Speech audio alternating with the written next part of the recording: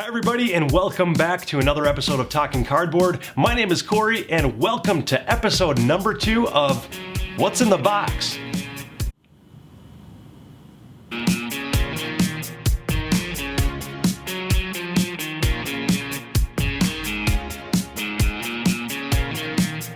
Alright, and here we are with the opening of a box that just came in the mail with some more games we're looking to add to the Talking Cardboard library behind me.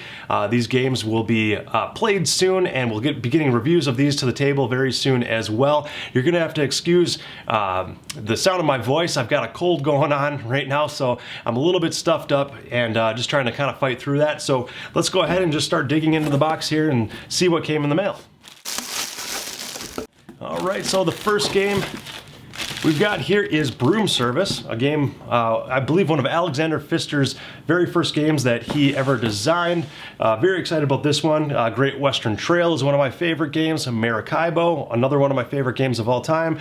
So I am excited to see what Broom Service brings to the table. I know it's got some pretty cool card play where everybody chooses 4 cards out of their hand. They start the game with a 10 card deck or a 10 card hand. You choose 4 of those unique cards, and you can either choose when somebody plays a specific card, if you chose to keep that card in your hand as well, you then get to play it.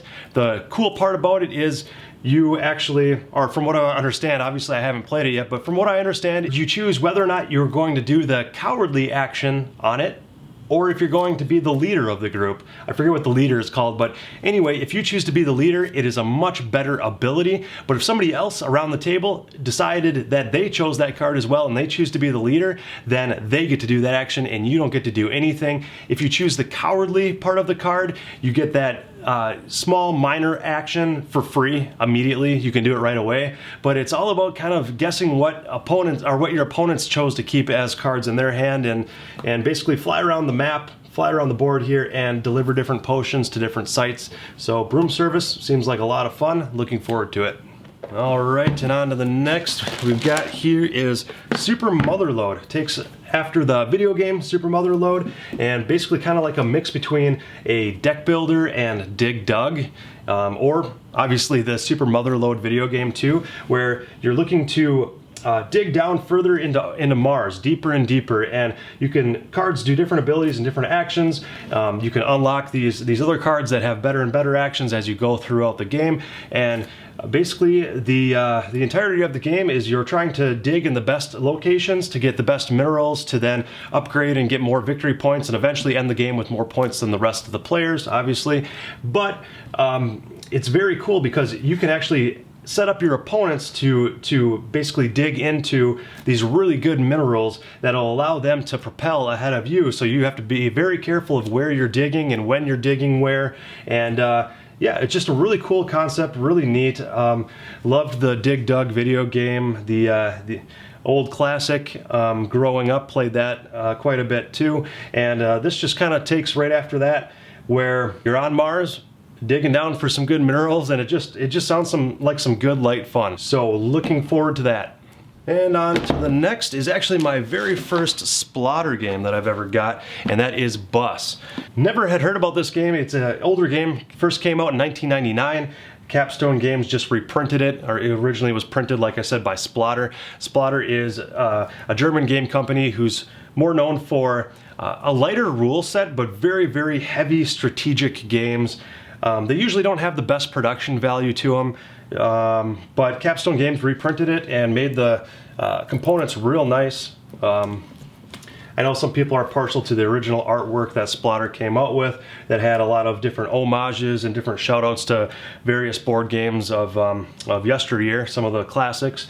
This one is a completely new take on the graphic design on the board, but still looks great. Looking to get this to the table here real soon. Looks like a lot of fun. But basically in Bus, it is coined as one of the very first, or if not the first, worker placement game ever created, where you got these different worker placement spots on the board to do various things. You can build out your bus route, you can place a pub or work or home at different locations at different spots, and you're basically trying to get people to where they want to go. So there's this there's this timer dial that goes around, and depending on where the dial is pointed, whether it be at home or at the pub or at work, that is where the patrons want to travel to using the bus system. And if you've connected your route effectively to one of those locations, given the exact time that they wanted to go there, then those patrons will actually travel the bus route to the place that you had built using your bus route, and you get points for that.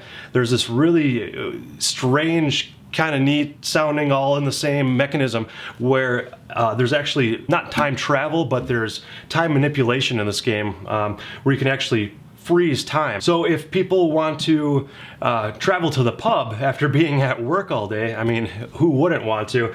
But you have all your routes connected to work still, and you haven't gotten a chance to deliver those people to any of your work locations. You actually want to freeze time, basically showing that those patrons still want to travel to work. Even though they've worked all day and been at work all day, oh, now you froze time, went back in time, and they still want to travel to work. So then you can utilize the different work locations that you just built to get more victory points. If you do that, it's worth negative points at the end of the game, so you want to be very careful on how often or when you're doing that. But I hear it's very, very tight strategically and very, very tight on points. I know you don't score very many points in this game, and that's something I tend to either hit or miss with me. Sometimes I like it, sometimes I don't, but I don't know. Just the sound of maybe only squeaking out a victory with 6 points or 5 points just sounds very crunchy and interesting, and just another strategy game that I want to dive into, and hopefully it's a good one. I've heard great things, and we'll find out. All right, and the last game I got is by far the newest game. It just got released. I saw it being played at PAX Unplugged, and that is Coloma.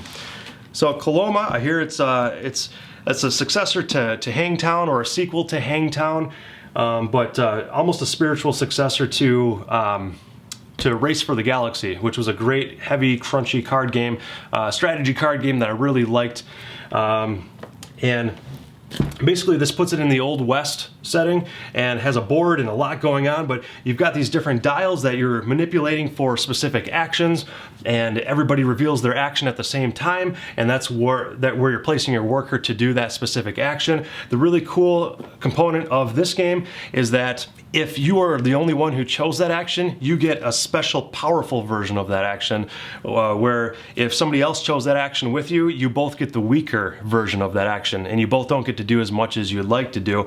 So this is also a really fun one where you're trying to do the best actions for you at any given time, but that given time has to be when nobody else wants to do that action, or if they're guessing that you're going to do a specific action and they're trying to go to that spot to give you both the weaker, so then you don't get the better one out of the two. That's also a part of the strategy as well.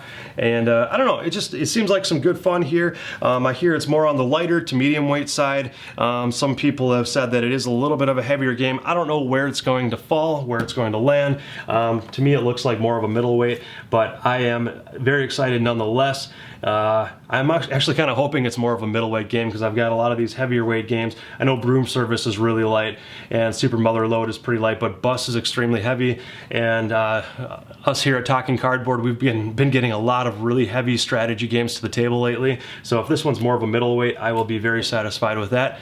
But only time will tell. We'll get it to the table here soon, give it a shot, and let you know our thoughts on it after we get a few plays of it. So yeah, that's about all I have for you today. Again, my name is Cory with Talking Cardboard, and I hope you enjoy the series here, and I hope you enjoy what we did here today. Definitely a lot of great games that I'm excited about, and if you like what you see here, or if you like some of our other content or videos, feel free to like the video and subscribe to the channel. We would greatly appreciate it, and until next time, have a great day.